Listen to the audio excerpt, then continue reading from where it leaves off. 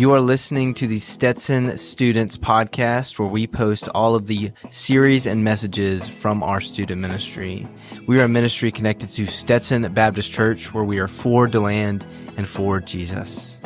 If you would like to learn anything more about our ministries, please check out our social medias or go to stetsonbaptistchurch.org.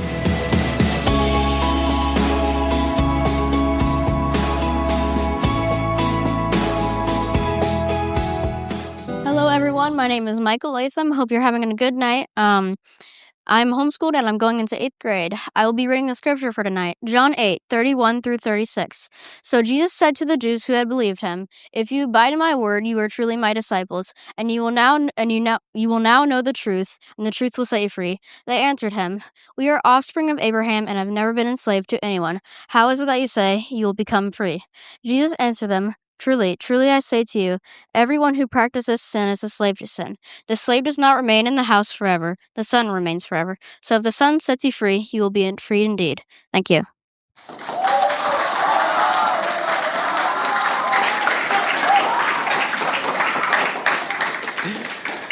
Awesome. Well, man, I hope you're having a great night. And listen, if you've been with us the past few weeks, we've been walking through this series, Fans and Followers. And if you haven't, it's all good. You're not going to be lost tonight. Really, what we've discovered is there's a difference between being a fan of Jesus and a follower of Jesus. A follower is more ingrained and deeply in trust, and really is, in one word, a disciple of Jesus. And then last week we talked about what is the cost of being a follower of Jesus. And tonight we're going to jump into what is the joyful freedom that it brings. If you'd like to take notes, all you have to do is raise your hand and we will bring you a notepad and pen.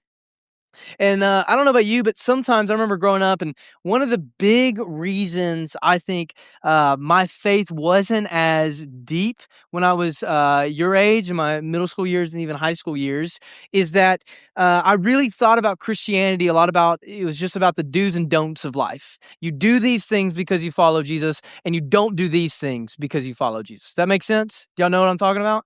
I don't have to give any examples. Great. But a lot of my life, I believed that was the main thing, that's what following Jesus was. It was about doing things and not doing things. And if I did the things I was supposed to do and didn't do the things I wasn't supposed to do, then I was good. Me and Jesus were cool. But what I realized as I grew up and as I learned more is, yes, the do's and don'ts of Christianity and being a follower of Jesus are good, and they're very, very important, but they're not the main thing. They're not the center of what it means to follow Jesus. And here's the thing. I've said this before, and I'll say it again and again and again and again. You've maybe heard this before, not just from me. We are all following or being influenced by someone or something. A lot of us really like to think of ourselves as leaders, and that's good, and it's good to be a leader. It's also good to be a follower, but at the end of the day, we are all being influenced and being led, and we are following something. The question is, what? If we're not a follower of Jesus, what are we a follower of? Maybe it's a person, maybe it's a thing, maybe it's a hobby, maybe it's an influencer, maybe it's a job, maybe it's success, maybe it's money, maybe it's a lot of things, right?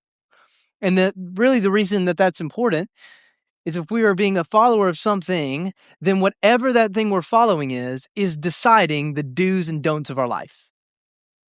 Make sense? So if we're a follower of Jesus, there are do's and don'ts in life. And yes, they're important, but they're going to happen because we're a follower of Jesus, and that's the main thing.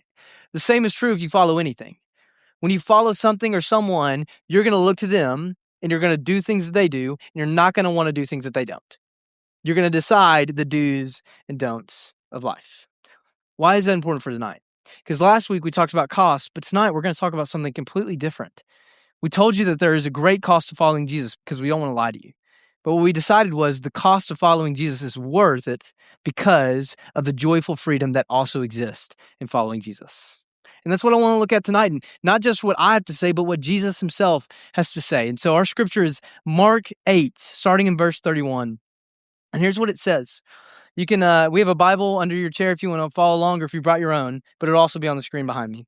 It says this: So Jesus said to the Jews who had believed in him, "If you abide in my word, you're truly my disciples, and you will know the truth, and the truth will set you free." Whenever I see the word disciple, I think, really, man? No, I'm just kidding. Ignore that. When I see the word disciple, I think a lot of us sometimes see that word and we think like, is it here? Where's that? Yeah. We think like, oh, that's like the super Christians. Disciple is just another word for follower. Disciple is just another word for follower. If I was a disciple of something, I'm a follower of something, meaning we're all disciples of something. And so Jesus says, if you want to be my disciple, my follower, abide in my word. I love the word abide because it means more than just listen. It doesn't mean just, hey, hear what I'm saying or listen to what I'm saying. It literally means study what I'm saying. Study everything I'm saying and really look into it and try to figure out what does it mean and translate it into your own life of what does it mean for me to do this that you have said. Study it. I just thought of a quick example. We'll show a video in just a minute about it. But the best example I have about this is if you've ever had a crush on somebody. And everybody, if you haven't been there, it's okay. You'll get there at some point. But everybody knows if you've had a crush, that there's that time where you're finally talking to them. Maybe it's over text. Maybe if you're a real person or a real man, you're talking to them in person. Maybe it's over the phone. And they start saying things and you start trying to decipher, what does it mean? Does it mean more than what they're just saying? They said like, haha, that's cool. Does that mean they like me? You know what I mean? I thought about this. There's a group of people on Instagram called Famous Bachelors, and they do this exact thing. I want to show you a video. This is what I mean if you don't know. So can we show that video? That's an open door. That's not an open door. Oh, level. Who says that's an open door? Where are you getting this from? Yeah, where are you getting this from? There's Where always from this sentence are you getting that from? Good question. That there is a slight openness to seeing that. Where do you see the word openness? Look forward to seeing you at church in future. Girls do not know how to say no. Okay, so this is her. This is female translation. I'm done with you. Oh, female translation. Yeah. Oh, Female translation. Mr. X. No. All right, we got the translator. Yeah. If you need anything else, translate it from a girl. Let them know. All right, so if you didn't understand what's happening here, this guy's texting a girl. He puts it on the screen. He's like, help me figure out what she's saying. Is there a chance that she likes me or is this like over with, okay? As weird as it sounds, Jesus here is saying a similar thing. He is saying, study what I have to say. Look into it. See what it has to say about your life. Don't just read it and go, cool. But my disciples, if you want to be a follower of me, you really have to look into what I'm saying. And then he says, if you do so, you'll be free. I love that. You'll be free. But the readers didn't love that because this is their question after hearing that. It says they answered him, we are offsprings of Abraham and have never been enslaved to anyone. How are you going to say we're going to become free? I think it's a reasonable question. I think it's a reasonable question because what they're looking at is they're looking at it very practical. They're saying, you're saying we're going to be free. We've never been enslaved. What are you freeing us from? Jesus, you say that we need to be free from something. We have never been enslaved. So what are you freeing us from? This is his answer, 34. Jesus answered them, truly, truly, I say to you, everyone who practices sin is a slave to sin. He says, you may think that you're free, but you're not, because everyone who practices sin is a slave to sin.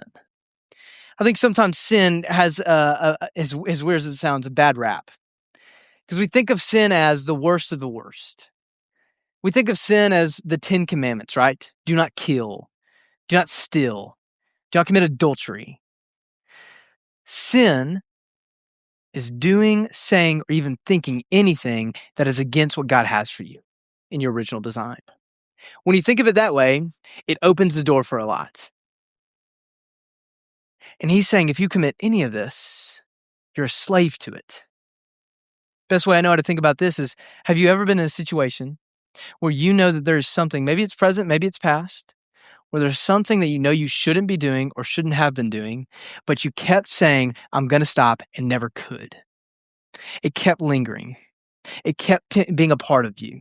And you kept saying after every time you committed that sin, I'm not going to do it again.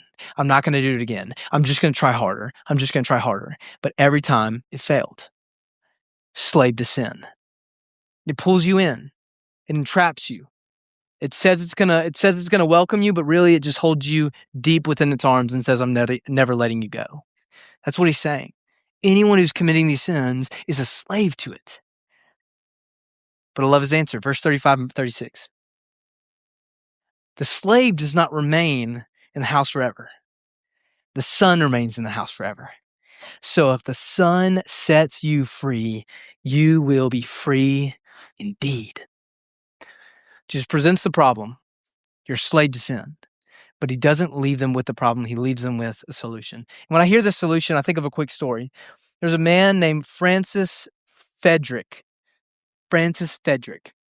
He is a guy who came over to America and got enslaved. He was enslaved and he was passed around from house to house because that was what would happen. And really, you see Jesus kind of saying the same thing here, that a slave, you really have no rights. You can be taken and sent however your master pleases. He can sell you. He can buy you. It doesn't matter. You have no rights. You have no freedom. This man, Francis, experienced that. And throughout his life, he was sold and bought and tortured and mocked upon. But then something happened. He ran into a family. And it was a family that honestly was before its time in a good way. Because they saw these slaves and said, that this isn't right. You don't deserve this. You are worth more than this. You have an inherent right as a human being. And so they actually purchased Francis's freedom, bought him, fully paid for him, and said, you are now a free man. But they didn't just send him away because they realized what would happen. He would just probably get captured and put back. No, what they did is they welcomed him into their family. They treated him like a son. They taught him. They gave him a home. They took care of him. They were with him until the day that he died. Guys, this is where Jesus steps into the story for us. We are all followers of something, and if it's not Jesus, it's most likely a sin. Not that it's inherently wrong, it's just it wasn't how it was meant to be. But Jesus steps in the story and says, you needed salvation, you needed freeing from slavery, because a slave has no rights, but you aren't that. You're family. Because who the Son sets free is free indeed. No and, if, or buts. You are freed. Just a few things I need you to hear tonight, and we're going to walk out of here, okay? If you are a follower of Jesus, you are free. I need you to hear that tonight. If you are a follower of Jesus, you are free. The things that try to hold you, to entrap you, to hold you down, to say that you're not, to say that you have to do it, you have to have it, you're different because of it, you should sit in shame and guilt, that has no holding on you. You're a follower of Jesus. You are free. And who the Son has set free is free indeed. I thought of three things when I thought of this. It means this: you're free from the guilt and the shame of your past.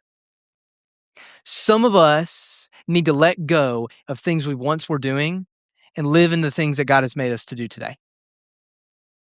No matter what our friends say, no matter what those who judge us say, no matter what we say. Who we were before Jesus is not who we are now. It's time to let go because it has no hold on you. Jesus has made you new. You are who you are now, not who you were. Second, you are free from the stress and hardships of your present. Guys, life is hard. And I'm not going to sit here and say that it's not. And I'm not going to sit here and say that following Jesus is going to make it magically easier. But what I am going to tell you is that with stress and hardships that are going to come whether you're a follower of Jesus or not, the difference in a believer in Jesus is we don't have to live for the present. We get to live for eternity. Then you see it all over the New Testament where writers and Paul will look at us and say, set your mind on things above. Set your mind on the forever. Because as you look towards forever, what you realize is the things we're experiencing now hold no weight. Because the worst things of today cannot take from the hope of forever. Eternity is coming. And the promise that Jesus has, the hope that we have in Jesus, is better than any hardship and stress that comes our way. Because the truth is, hardships and stress will come. Bad days will come. People will say mean things. Things that you don't want to happen will just take place. But we don't have to be weighed down by it. We get to take joy in all the trials that we experience because we are free in Jesus. And lastly, you are free from the anxiousness and worry of your future.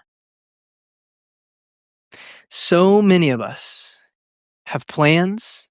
Those are good. But we have planned our future out to a T, so much so that if anything wavers, we freak out. If anything wavers, we panic. God's got you.